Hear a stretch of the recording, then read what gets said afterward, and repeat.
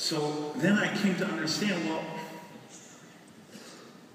all of these companies that I had worked with, they all had people who were successful in them. They all had people who were working with the same product line, the same compensation plan, the same marketing materials, and they were reaching success. So I had to say, it had nothing to do with those companies. It had nothing to do with those compensation plans. It had to do with me, what I was doing. So I had to do some critical analysis about myself and the way that I was doing the business for those 5 years. Because I had gone through some interesting scenarios. You know, when I first joined, I had all this excitement, and I went to everybody I knew, and I had so much excitement, I thought they would be excited. But they weren't excited. They didn't believe me, because I wasn't a successful guy. I had no credibility with people. So I was talking about being successful, I was talking about making money, and they were saying, this guy isn't making any money, this guy doesn't have any success. Why should we believe him about this? So they didn't. So I was begging people, please just join my business. I need to get, somebody in my business. Well, the begging didn't work. So then I was arguing with people. And I could argue and tell them all the reasons and how stupid they were if they didn't join the business. Well, arguing didn't work much better either. So then I thought, well, the people who are successful, they're really good speakers. They do great meetings, great presentations. So they stand up in the front of the room and they have that big board and they're drawing circles on that board. So I said, I'm going to develop that skill to be a powerful presenter at the front of the room. So I started doing meetings 5 nights a week. Monday, Tuesday, Wednesday, Thursday, Friday. Every single night at 5:30, I was doing a presentation. And I told the people, you just bring your people, you put them in front of me, I will sign them up for you. I will do the most amazing presentation. And so I started inviting, getting lots of people to my presentations. And I got to the point where I sponsored like 30 people in a month. And I said, wow, now I've got it made. Because I have 30 people. Probably next month, those 30 people will turn into 150 people. The next month, those 150 people will turn into 1,000 people. And then the 1,000 will turn into 10,000. So I was ready to order my Lamborghini right away. But a funny thing happened. The 30 people, they didn't turn into 150 people. They didn't turn into 100 people. In fact, the 30 people turned into 3 people.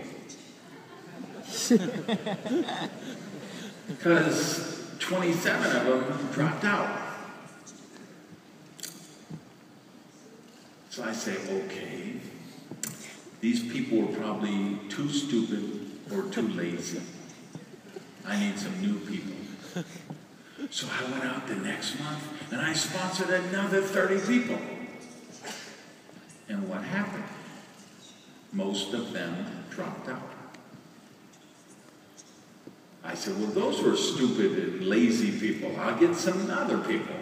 So I went out and I sponsored more people. And most of them dropped out.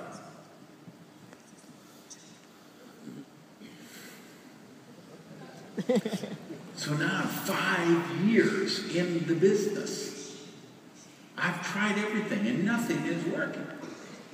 So I go and I do some soul searching. And I come to the conclusion that I need to change me. I need to change my approach.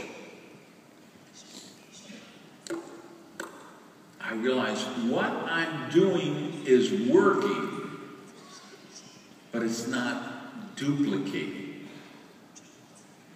I need to do the business in a way that the people I bring into it can duplicate what I'm doing. So I realized by me being the superstar who does all of the meetings, all of the presentations, that I got a lot of people and they say, wow, that was really a great presentation. And they would fill out the application and they would join, but they didn't feel like they could do the business themselves. They couldn't do that presentation themselves. So I did some real thinking about that. I say, I've got to do the business in a way that the people I bring into the business will be able to duplicate the process. And that's when everything changed for me. That's when I really started to develop what later became my step-by-step duplicable system, which you read about in my books and in my Duplication Nation and all of those tools. That was the crystallizing moment for that. When I really understood it wasn't about me, it was about duplication. Because when it's about you, there's no belief for anyone else. When it's about duplication, there's belief for other people. Because they see the process starting to unfold.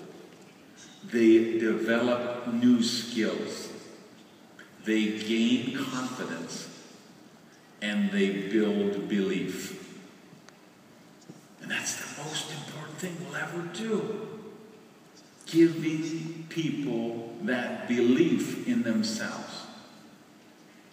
So we have to turn it around. We have to take the focus off of us. And we have to put the focus on our teams. We have to become leaders. And the definition of leadership is an important one. And I want to explore that. Because this is going to be a big facet of how you develop your teams.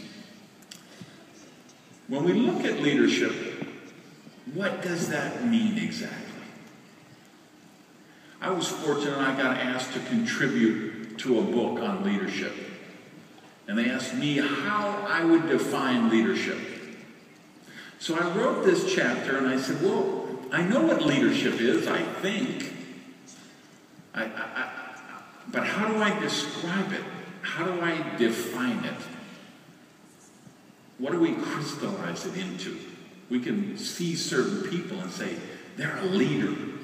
They show leadership ability. Well, what does that mean exactly?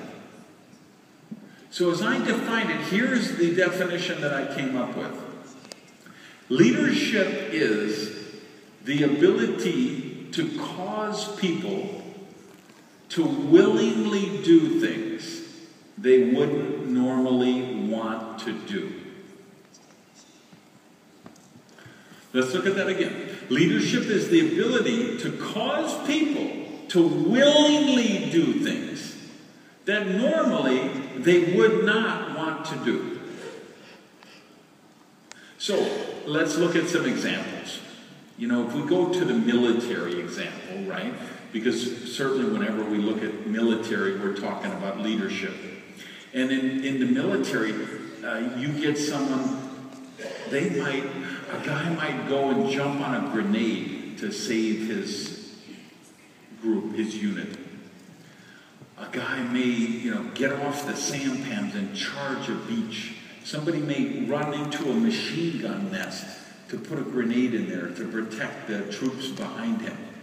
That's not something people normally want to do, right?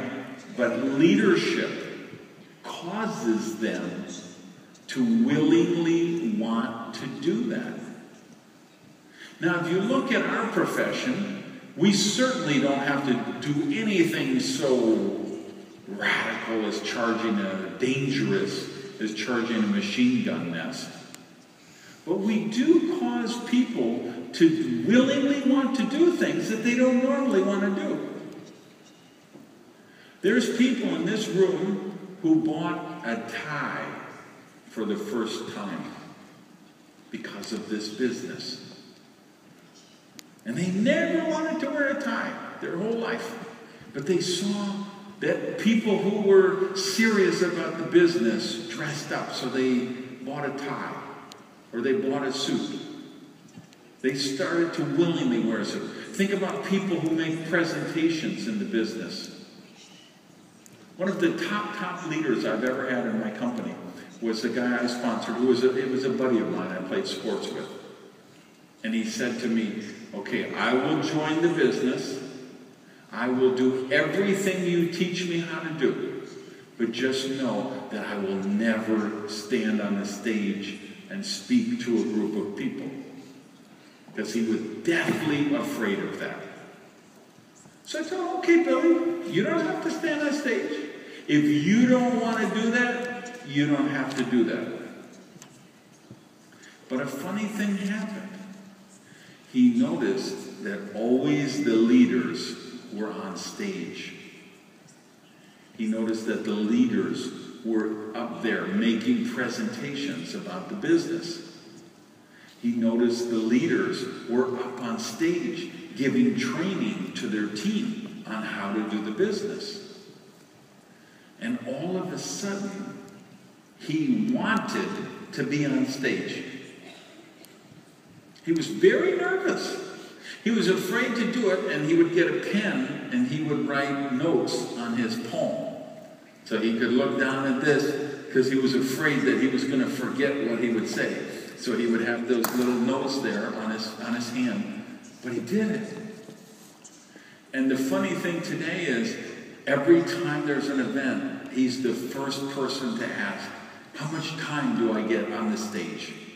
He wants to know how much time will he be able to spend training his people or motivating his people. And he's excited. He can't wait to get on this stage. He willingly chooses to do something that he never wanted to do before. Why? Because he saw that was his next logical evolution on the path that he wanted to take to become a leader in our profession. Leadership is vital. But here's the thing about leadership.